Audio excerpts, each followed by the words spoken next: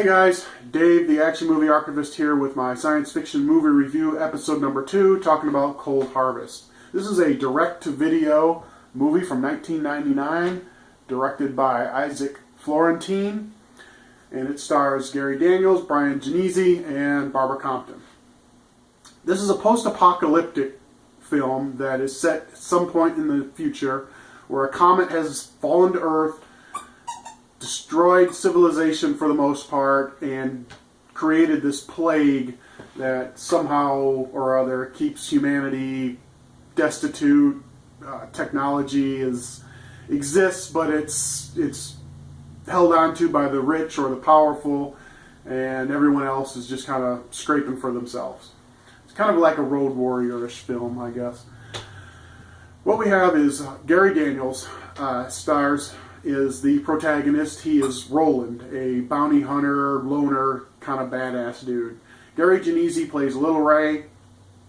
He's a gang leader, one of the most powerful in the lawless abandons of setting of the movie. And Barbara Compton is Roland's sister-in-law. Now, Gary Daniels plays a dual role. Plays Roland and his brother, or twin brother, who's kind of a wimpy, skittish guy. Well, Barbara and the brother are in a safe zone convoy heading to the safe zone when they're ambushed by Little Ray's gang. The brother is killed and Barbara's on the run. In walks Roland, and it's discovered that there's a gene that carries some sort of antibody that will result in a vaccine that will take care of this plague. Well, so she's pursued by Little Ray, who wants to get a hold of her and I guess use that for financial gain.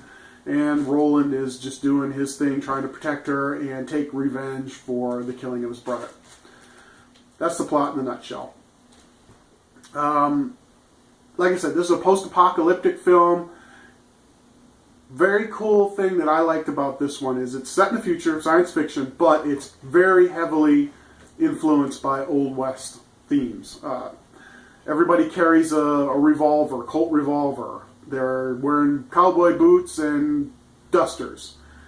They don't wear cowboy hats, but it's Gary Daniels. Can't really tell in the scene here, but he's blonde hair. Bryan Genesse, the bad dude, total black hair. So you got the white hat, black hat thing going on, which is a kind of cool nod. But what I like most about this film was that it doesn't take itself seriously. It knows what it's doing. The director is having fun. It was written by a dude named Frank Dietz, who, I don't know, he wrote a couple of genre films, mostly documentaries. He's an illustrator, artist kind of dude, so he's not really a writer, but he did a good job with this one. And Isaac Florentine himself is a martial arts expert, and so he's done a lot of stuff. Done a few genre films, but he's done mostly Power Ranger episodes, believe it or not. So what you've got in here are just fight scene after fight scene, and when I say they don't take themselves seriously, I mean every move of the body. I mean, you've got the swish, swish, swish. Okay, it just blows my mind how funny that was. Bullets. When a guy's struck by a bullet, does a backflip. You've never seen that in real life, but apparently it happens here. But it's funny. Like I say, it just doesn't take itself seriously. And then there's some crying. Barbara Compton. The tears are just so ridiculously fake. I mean, it had to be intentional. It's great. It's a great mix of post-apocalyptic Western and Hong Kong martial arts movies. Fan-fucking-tastic. The acting is above average, I thought. Gary Daniels is Gary Daniels. If you've seen him, he's one of the crown kings of action films, I guess you could say. So you know what you get with him. Bryan Genesse, he's intentionally overacting. I think the overacting is for sure, but I'm pretty sure it's intentional. He's just, he's snarling at everything he says and sneering and playing up the bad guy. Barbara is okay. I think she was kind of sleepwalking through it, but she's a soap opera star, so whatever. The movie's well paced. It's only about an hour and a half long. Actually, 93 minutes. Yeah, hour and a half long. There's very little downtime between the action sequences. There's some, touching moments when Gary Daniels' character is reflecting on some things he's done in the past, and Barbara Compton's character is boo-hooing about the loss of her husband, which doesn't last very long. It doesn't take long before she takes her shirt off in front of Roland or Gary, her brother-in-law. To which he's not looking at her. I know I don't like spoilers, but choice dialogue of the film. Roland's creeping on her while she's washing herself up, and he's looking at her from the back, and his comment to her was, "You have a beautiful back." I mean that's just choice dialogue, man. That's just great. Another thing I liked about this film. Now IMDb says it's shot on a $3 million budget.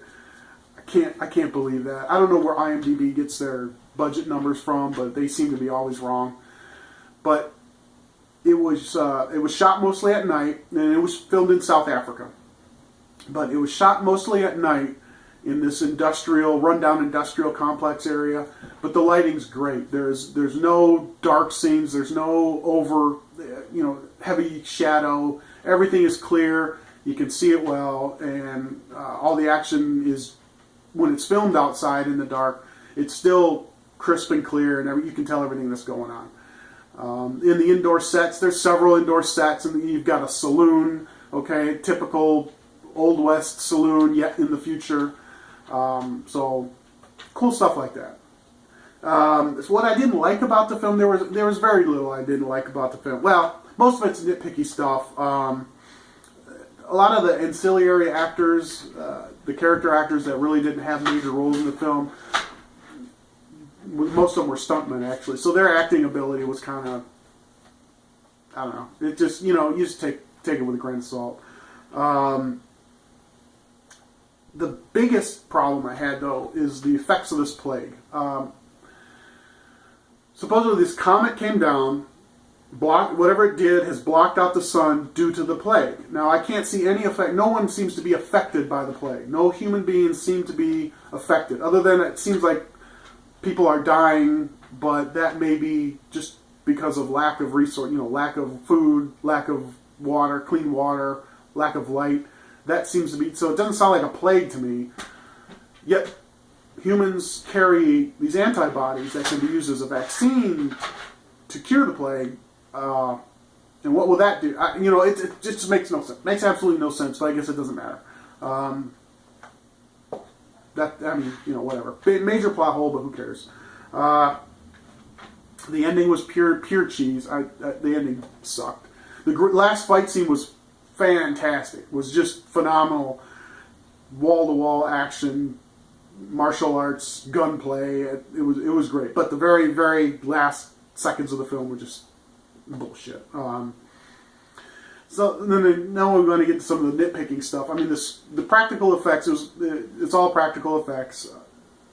Well, except for some of the computer stuff, which was, again, really cheesy as hell. But the timing between the squibs and the gunshots were a little off. Either the squib fired before the gun did, or vice versa. So that was kind of, what are you going to do? And another thing I noticed was that some of the henchmen died multiple times. They would be dispatched by Roland in one scene. A couple of fight scenes later, it's like, hey, there's that dude with the sword again.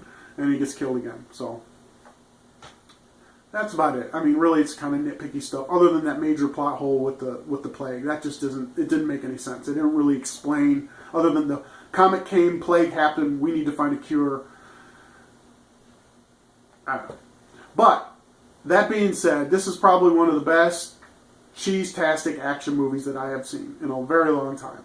This is something, if you're into the martial arts, if you're into the Hong Kong kick fighting movies with gunplay, if you like Old West, if you like post-apocalypse, if you like any of that or all of that, definitely give Cold Harvest a try.